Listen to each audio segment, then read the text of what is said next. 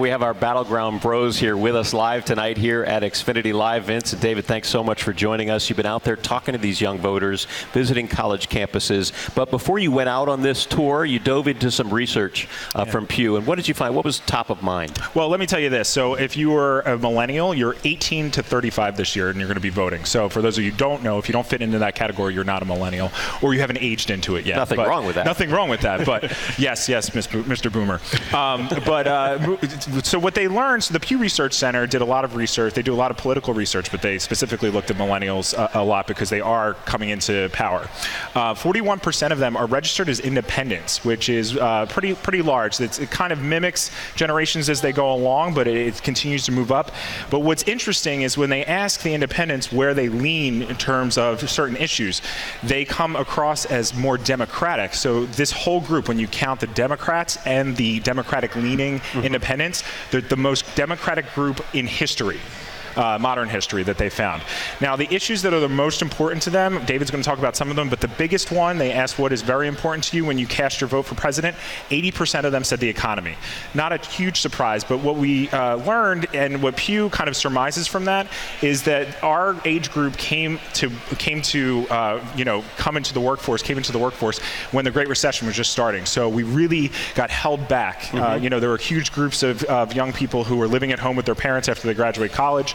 And so what happens is the cost of college just compounds that problem, and it makes it more difficult for them moving forward. Other issues you found, David? Yeah, education is a huge one. Millennials, they're the most educated generation ever, according to the Pew Research Center. And with that comes a concern about affordability and access. Also, social justice. It's a big concern. The Pew Research Center found that millennials are the most diverse generation in history. And because of that, that really goes into their concern about social justice.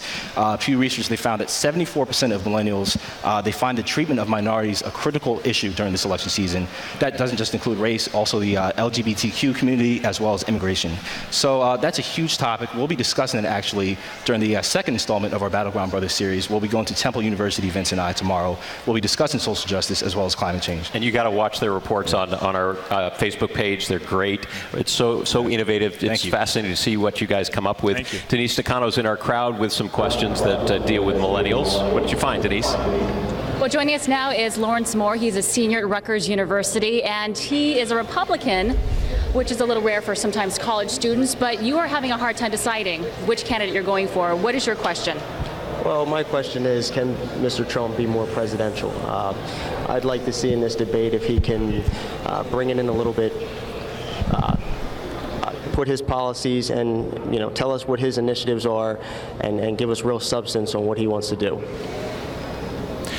All right, so that's from Lawrence Moore, who's a college Republican, and he's saying, can Mr. Trump appear more presidential? Do you hear that a lot as a concern on campuses that you visited so far? Yeah, so when we went to Penn State and when we were on the campaign trail, there's not a lot of students who really support Donald Trump. There are small groups of We Are for Trump, specifically at Penn State, and if you watch our piece, you'll see this. The college Republicans, the typical Republicans, they chose not to endorse him. They're not telling their group how to vote, but they're saying we can't endorse him because they don't feel that he is presidential, specifically to his concern. So can he attract them? Everybody that we spoke to said no. Wouldn't you agree, David? Yeah, I definitely agree. We also saw a lot of Republican support for the Libertarian candidate, Gary Johnson. They kind of feel like he has, he's more in touch with their ideals as far as conservative values, Republican values than Donald Trump is. You still hear Bernie Sanders supporters out there, of course. Oh my gosh, yes. You hear it over and over again. We talked to a lot of students who said that they are lukewarm on Secretary Clinton because they feel as if she is not going after the ideals that they're really looking for. And one student described voting for either Donald Trump or Hillary Clinton as choosing between cholera and the Black Plague. She said that she probably would lean towards voting Democratic if she decides to cast a vote for president, but some students are saying that they might abstain, which will have a huge impact on this election, whereas turnout could have been much higher if the millennial generation comes out and casts a vote. Let's go back to Denise, who has another voter out there in our crowd. Yes, we do have a millennial, Ernest Owens. He's 24 years old, and this debate is very important to you. Tell us why and what your question is. Definitely, I am decided. I'm voting for Hillary Clinton. I mean, that's no doubt in the world about that. But one of the things I want both of the candidates to focus on is beyond just social issues, is talking about the income disparity. I mean, we're in Philadelphia right now, and there is a lot of economic disparity. You can see a difference between the rich and the poor, and both of these candidates are extremely rich. So I want to know what they're going to do to address these issues, because social issues are important. You know, I'm black and I'm gay, but I want to see them dig in the surface level when it comes to people getting a job, getting access to great education, affordable health care. The social issues are great, but let's talk about economic inequality. Equalizing that and stopping the disparities in beyond. This is a big picture for you. Yeah, definitely. You know, you can't do any of these things if you don't have money, if you don't have resources.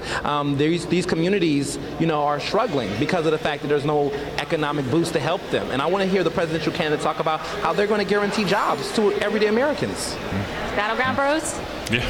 Wow. Yeah, well, specifically to how they're going to guarantee jobs, there are economic plans from both Secretary Clinton and Donald Trump.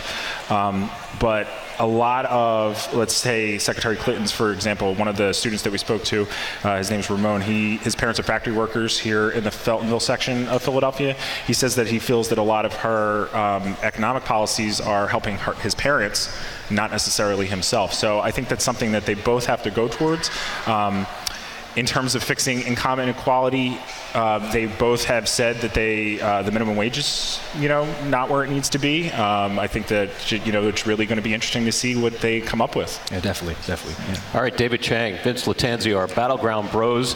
We're so glad you're here tonight, and you're going to be out on the road, as you said, going to Temple, right? Yes, coming up tomorrow. Coming up next. Okay, thanks, guys. Thank you.